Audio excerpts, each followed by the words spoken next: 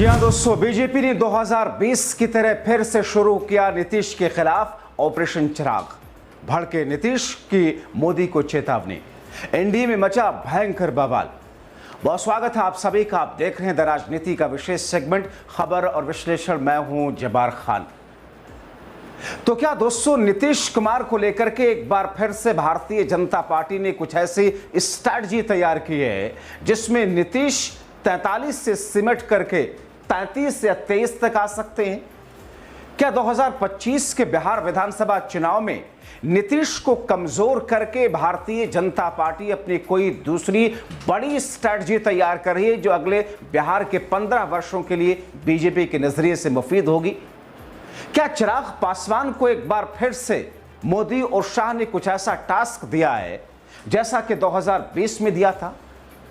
आखिर ये क्यों कहा जा रहा है कि एक बार फिर से चिराग मॉडल को बिहार विधानसभा के 2025 के चुनाव में बीजेपी उतारने जा रही है?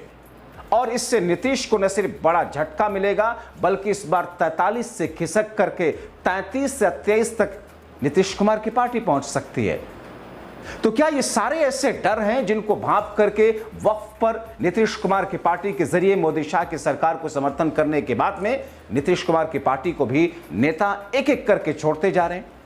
विस्तार से आपको बताते हैं दोस्तों, अंत तक इस वीडियो को जरूर देखें क्योंकि इन तमाम चीजों के बीच में नीतीश कुमार कौन सा फैसला लेने जा रहे हैं वो सबसे प्रमुख है। दोस्तों, 2020 का विधानसभा चुनाव जिसके साए में 2025 का विधानसभा चुनाव होने जा रहा है। माना यह जा रहा है कि अक्टूबर महीने के आखिर से विधानसभा चुनाव शुरू हो जाएगा। 2 से 3 चरणों में बिहार में विधानसभा का चुनाव होगा क्योंकि नवंबर में 22 नवंबर तक बिहार विधानसभा का कार्यकाल है। उससे पहले पहले चुनाव होकर के सरकार बन जानी है।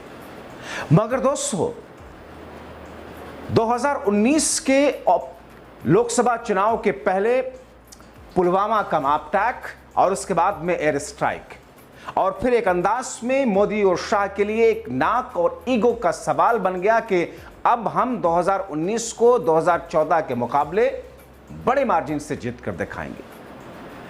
ऑपरेशन सिंदूर भारत और पाक के बीच में युद्ध और उस पर कथित तौर पर दबाव में आकर के सीज फायर कराना और अब जिस अंदाज में मोदी और शाह और बीजेपी इसको भुना रही है उसको लेकर के ये राजनीतिक जानकार ये कह रहे हैं कि साहब, मोदी और शाह ने अपनी नाक और साख का सवाल बना लिया बिहार विधानसभा चुनाव को, क्योंकि 2025 में सिर्फ इकलौता चुनावी राज्य है बिहार। दोस्तों, बीते 20 वर्षों में अगर देख लिया जाए, 25 वर्षों में अगर देखा जाए, भारतीय जनता पार्टी जितनी मेहनत, जितनी कोशिश जमीन पर जिस अंदाज में चुनाव जीतने की करती है, आज तक 25 वर्षों में बीजेपी ने वहां पर उस मेहनत का फल अपने आप को पाता हुआ नहीं देखा। यानी कि बीजेपी अपने दम पर लगातार कोशिश की 25 वर्षों से सरकार बनाने में कामयाब नहीं हो सकी, जबकि सत्ता में जरूर रही। यानी कि सरकार में रहते हुए भी भारतीय जनता पार्टी बिहार में अपने दम पर सरकार नहीं बना पाई। 2025 क्या बिहार बीजेपी के लिए अनुकूल है? क्या बीजेपी के राजनीतिक पंडित उन्हें ये बता रहे हैं कि बिहार में इस बार आपको कुछ बेहतर मिल सकता है? लेकिन जो हालात कह रहे हैं दोस्तों, वो तो बिल्कुल उलट हैं। हालात में इंटरनल सर्वे में बीजेपी को या संघ के अभी हाल में हफ्ता 10 दिन पहले जो सर्वे आया जिसमें बीजेपी की स्थिति बीजेपी के लिए बहुत ही ज्यादा चिंताजनक रही। और इसीलिए दोस्तों, खास तौर पर बीजेपी इस बार ये ठान करके चल रही है कि बिहार का मुख्यमंत्री नीतीश कुमार नहीं, बीजेपी से कोई नेता होगा।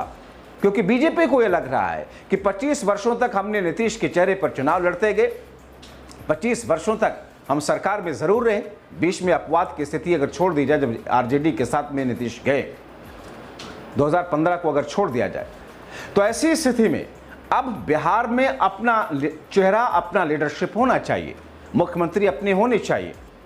और इसके लिए नीतीश कुमार, जब तक उनकी पार्टी मजबूत है बिहार में, भारतीय जनता पार्टी का यह सपना पूरा नहीं हो सकता है।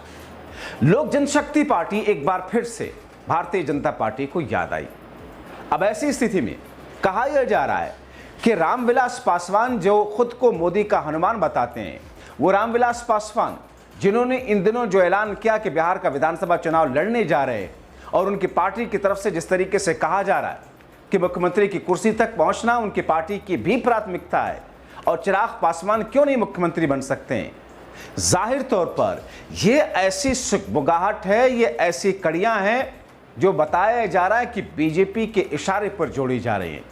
यानी कि मोदी और शाह के संकेत, इशारे और उनकी सहमति के बिना चिराग पासवान न कोई फैसला ले रहे हैं, न ही कुछ कह रहे हैं।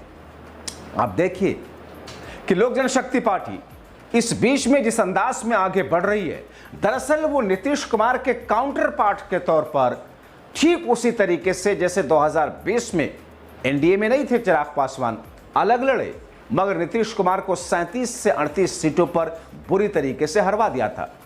अब एक बार फिर से ऑपरेशन चिराग जोरों पर है। रामविलास पासवान की लोक जनशक्ति पार्टी, जिसके मुखिया चिराग पासवान है, केंद्रीय मंत्री हैं, अपने बयानों से उन्होंने एक बार फिर से मुख्यमंत्री नीतीश कुमार और उनकी पार्टी जनता दल यूनाइटेड के लिए सिरदर्द बनते हुए नजर आ रहे हैं। जैसे जैसे बिहार का विधानसभा चुनाव का समय नजदीक आ रहा है, चिराग पासवान अपने बयानों को और उस बयान के डोज को बढ़ाते जा रहे हैं। खुद को युवा बिहारी कहने वाले, बिहार फर्स्ट का नारा देने वाले चिराग पासवान ने कुछ समय पहले ये बात कही थी कि उनका दिल दिल्ली में नहीं लगता, बिहार उन्हें बुला रहा है।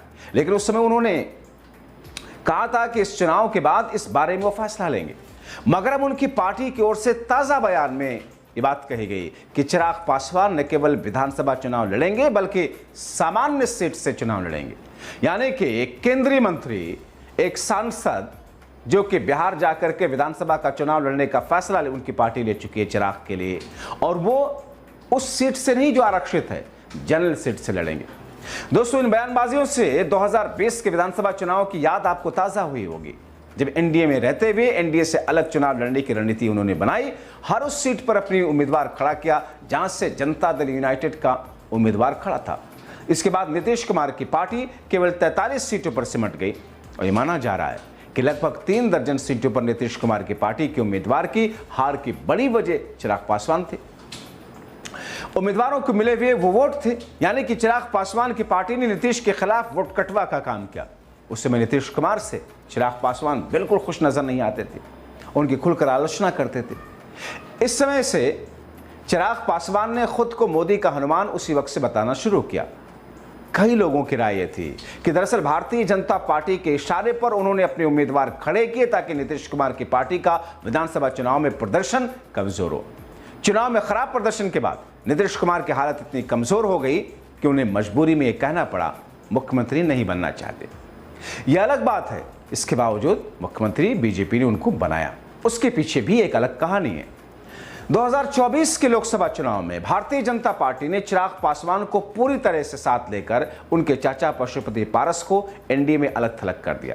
ठीक वैसे ही जैसे उस चुनाव से पहले चिराग पासवान को अलग थलग कर दिया था, उनके चाचा को साथ ले लिया था।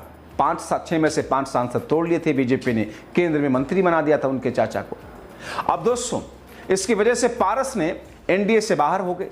अब चिराग पासवान का कद काफी बढ़ गया। बीजेपी ने चिराग पासवान की पार्टी को लोकसभा की 5 सीटें दी और उन सभी सीटों पर चिराग के उम्मीदवार जीते। चिराग पासवान ने नीतीश कुमार के साथ में अपने संबंध बेहतर करने इस बीच में शुरू किए। कई लोग ये मानते हैं कि भारतीय जनता पार्टी चिराग पासवान को नीतीश कुमार के खिलाफ इस्तेमाल करने के लिए एक समानांतर चेहरे के रूप में पेश करने की कोशिश करेगी। हालांकि बीजेपी औपचारिक रूप से इसके लिए कभी बयान नहीं देगी, लेकिन चिराग पासवान की पार्टी उन्हें संभावित मुख्यमंत्री के तौर पर भी पेश करते हुए दिख रही है।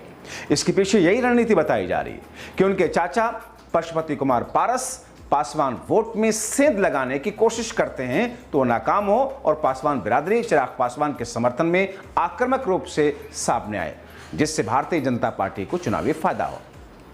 वैसे कहने को तो नीतीश कुमार बहुत ही घाघ नेता माने जाते हैं, बिहार के चाणक्य कहलाते हैं, लेकिन इस समय भारतीय जनता पार्टी और चिराग पासवान की दोहरी चुनौती से ऐसी परेशानी में पड़ सकते हैं जो उनके राजनीतिक करियर के लिए निर्णायक होगा।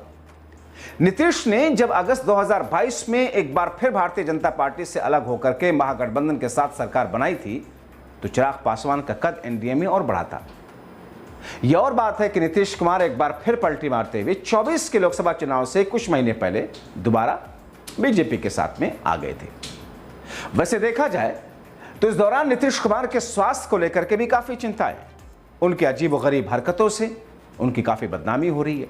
राजनीतिक तौर पर एक और बदलाव आया कि प्रशांत किशोर अब एक तीसरी शक्ति के रूप में बिहार में उभरने की कोशिश में। इन सब के बीच इस बात पर भी शक पैदा हुआ क्या भारतीय जनता पार्टी नीतीश कुमार को 2025 के चुनाव में एनडीए का चेहरा बनाना पसंद नहीं करनेगी।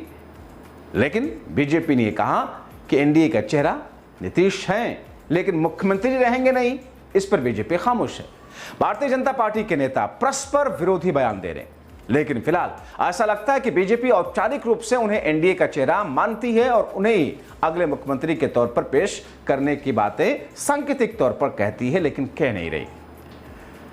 अब राजनीतिक बुद्धिजीवी ये याद दिलाते हैं कि 2020 के विधानसभा चुनाव में भारतीय जनता पार्टी ने ऐसा स्टैंड लेते हुए ये दिखाने की कोशिश की थी, लेकिन शायद अंदर ही अंदर वो चिराग पासवान को भी इसके लिए उकसा रही थी कि वो अपने उम्मीदवार जेडीयू के उम्मीदवार के खिलाफ खड़े करें। 5 साल बाद कई लोगों को लगता है वही सीन दोहराया जा रहा है। इन सारी बयानबाजियों के पीछे सीटों के बंटवारे की राजनीति भी लोगों को समझ में आ रही है। नीतीश कुमार के कमजोर स्थिति के बावजूद ऐसा माना जा रहा है कि उनकी पार्टी एक बार फिर भारतीय जनता पार्टी के बराबर सीटें चाहती है, मगर बीजेपी ऐसा नहीं करेगी। उधर बीजेपी चिराग पासवान, जीतन राम मांझी, उपेंद्र कुशवाहा के नाम पर नीतीश कुमार को इस बात के लिए तैयार करने की कोशिश में है कि इस बार कम सीटों पर चुनाव लड़ें। पिछली बार चिराग पासवान नहीं थे। चिराग पासवान की पार्टी केवल एक सीट पर जीत हासिल कर सकी थी। उस विजयी उम्मीदवार ने भी बाद में उनकी पार्टी छोड़ दी थी, लेकिन इस बार उनके तर्कश में ये तीर हैं कि उन्होंने 5 लोकसभा सीटों पर जीत हासिल की। 100% स्ट्राइक रेट था। इसलिए नीतीश कुमार को जाहिर तौर पर अगर चिराग पासवान को 30 से 35 सीटें एनडीए गठबंधन देता है तो 30 से 35 तो नीतीश और बीजेपी को आपस ही में वो सीटें देनी होंगी। और ऐसे में अगर 10-10 सीटें भी दोनों अपने अपने खाते से देते हैं तो फिर मान के चलिए कि नीतीश कुमार की पार्टी को 90 सीटों से ज्यादा नहीं मिलने वाली। पिछली बार 115 पे लड़े थे। फिलहाल चिराग पासवान औपचारिक रूप से यही कहते हैं कि मुख्यमंत्री के तौर पर नीतीश कुमार फिलहाल हैं।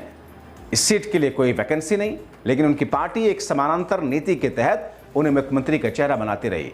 आमतौर पर सीट बंटवारे में घमासान के लिए महागठबंधन खबरों में रहता है, लेकिन इस समय एनडीए में एक ही स्थान है। आप देखें, हाजीपुर की सुरक्षित सीट से लोकसभा के सदस्य बने चिराग पासवान की पार्टी इस समय वो सभी हथकंडे अपना रही है जो चुनाव से पहले प्रेशर पॉलिटिक्स के तौर पर अपनाए जाते हैं। उनकी पार्टी ने सर्वसम्मति से प्रस्ताव पारित करके अपनी पार्टी के अध्यक्ष चिराग पासवान को विधानसभा चुनाव लड़ने के लिए एक तरीके से सलाह दी।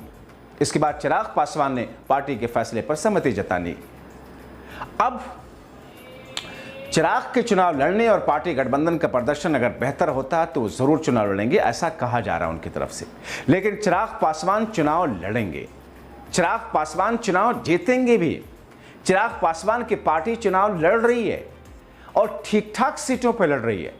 यकीन मानिए, अगर चिराग पासवान की पार्टी अपने पिता रामविलास पासवान की जैसी स्थिति में आई, यानी कि 2005 में जैसे रामविलास पासवान ने कांग्रेस के साथ रहते हुए केंद्र में भी बिहार में अलग चुनाव लड़ा, 29 सीटें जीत कर आई थी।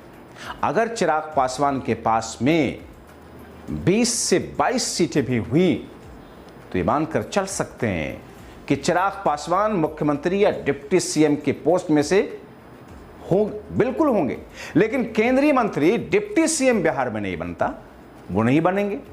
माना यह जा रहा है कि ऐसा फॉर्मूला 2.5 साल का फॉर्मूला हो सकता है, क्योंकि नीतीश के मुकाबले चिराग को खड़ा करके, नीतीश के मुकाबले जेडीयू के सब्स्टिट्यूट के तौर पर चिराग को प्रमोट करके बीजेपी आगे की राजनीति को देख रही है। क्योंकि दलित विरोधी जो लहर 2024 के लोकसभा चुनाव में चली थी, वो आने वाले वक्त में भी बीजेपी को परेशान करेगी। ऐसे में एक दलित मुख्यमंत्री अगर शुरुआत के 2.5 साल मुख्यमंत्री या 2 साल बनाया चिराग पासवान को बीजेपी ने और नीतीश काफी कमजोर हुए, तो फिर आगे की जो रणनीति है, आगे की जो राजनीति है बीजेपी के लिए, वो केंद्रीय स्तर पर या राज्यों के स्तर पर उसमें उसे बड़ा फाटा मिलेगा। और इसीलिए चिराग पासवान का स्टेप बाय स्टेप चुनाव लड़ने के लिए खुद को पर बयान देना, उनकी पार्टी का प्रस्ताव पारित करना, चिराग पासवान के लिए मुख्यमंत्री के लिए पोस्टर लगवाना, ये दरअसल उसी रणनीति और कड़ी का हिस्सा माना जा रहा है। तो फिर एक ऐसी स्थिति में चिराग मॉडल एक बार फिर से जोरों पर है और चिराग मॉडल नीतीश के खिलाफ जोरों पर है, ऐसा राजनीतिक जानकार मान रहे हैं। और बीजेपी के इशारे पर चिराग मॉडल एक बार फिर से 2020 के तर्ज पर 2025 में है। इसका नतीजा क्या आएगा, इंतजार करना होगा। फिलहाल आप क्या सोचते हैं, अपनी राय कमेंट बॉक्स में जरूर लिखें। अभी के लिए इतना ही, बहुत शुक्रिया।